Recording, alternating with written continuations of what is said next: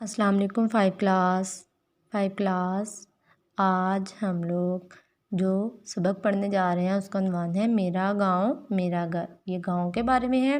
آپ لوگوں کو پتہ ہے گاؤں میں کتنی پیاری پیاری چیزیں ہوتی ہیں، کھیت ہوتے ہیں، باغات ہوتے ہیں، جانور ہوتے ہیں اور بہت ہی پیارا منظر ہوتا ہے صبح کا۔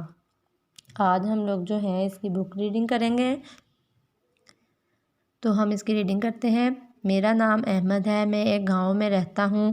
میرا گاؤں ایک مثالی گاؤں ہے جہاں جدید اور قدیم طرز زندگی کی تمام سہولتیں حاصل ہیں۔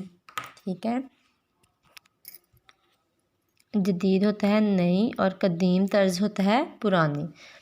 میرا گاؤں دیہاتی زندگی کی بھرپور جھلک پیش کرتا ہے۔ جھلک کا مطلب ہوتا ہے تصویر۔ میں 5ویں جماعت کا طالب علم ہوں۔ میں اسکول میں تعلیم حاصل کرنے کے ساتھ ساتھ اچھی اور مثالی زندگی گزارنے کے طور طریقے بھی سیکھ رہا ہوں۔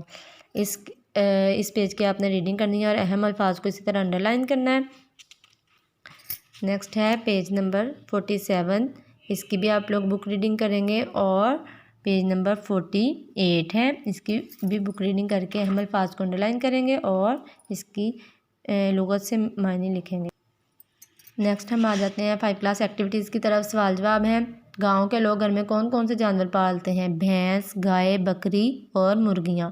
احمد کے ابو اور چچا کھیتوں میں ہل کیسے چلاتے ہیں؟ ٹریکٹر کے ذریعے۔ اسی طرح یہ سوال نمبر ہے، گاؤں کے لوگ ایک دوسرے کا بہت خیال رکھتے ہیں، مثال سے واضح کیجیے۔ تو اس کا جواب پیج نمبر 47 پہ ہے، میں آپ کو دکھاتی ہوں۔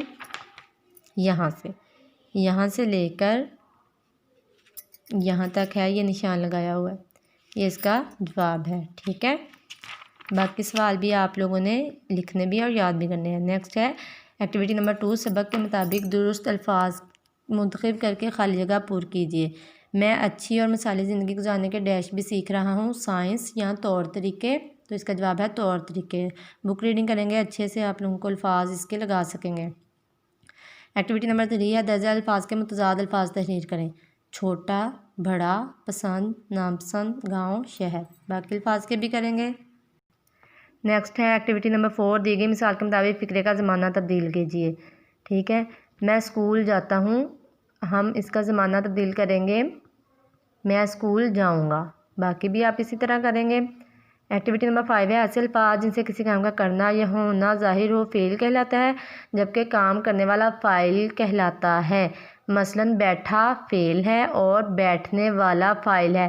اب ہمیں کوئی جملہ ہمارے پاس نہیں ہے، یہاں یہ نہیں کہا جا رہا کہ احمد بیٹھا ہے۔ ٹھیک ہے، اب بیٹھا تو ہمیں پتہ ہے فعل ہے اور احمد بیٹھنے والا احمد ہی ہے نا، تو احمد فاعل ہوگا، لیکن یہاں کوئی جملہ نہیں ہے، ہمیں نہیں پتہ کہ کون بیٹھ رہا ہے اور کون کیا کر رہا ہے۔ تو ہمیں یہ بات تو ہمیں پتہ ہے نا کہ کسی کام کا کرنا یا ہونا فعل ہوتا ہے اور کام کرنے والا فاعل ہوتا ہے۔ تو اسی طرح ہم اب یہ فعل دیے ہیں، ان کے فاعل بنائیں گے۔ اب دیکھیں کھایا، تو اس کا بنے گا فاعل کھانے والا۔ جیتا، جیتنے والا۔ ٹھیک ہے، تو اگر کوئی آپ کے پاس جملہ نہ ہو تو ہم فعل فاعل مفعول اس طرح بھی کر سکتے ہیں۔ کلیئر؟ 5 کلاس آپ لوگوں نے ساری ایکٹیویٹیز اچھے سے یاد کرنی اور املا کی پریکٹس لازمی کرنی ہے بیٹا۔ اپنا خیال رکھیے گا۔ اللہ حافظ۔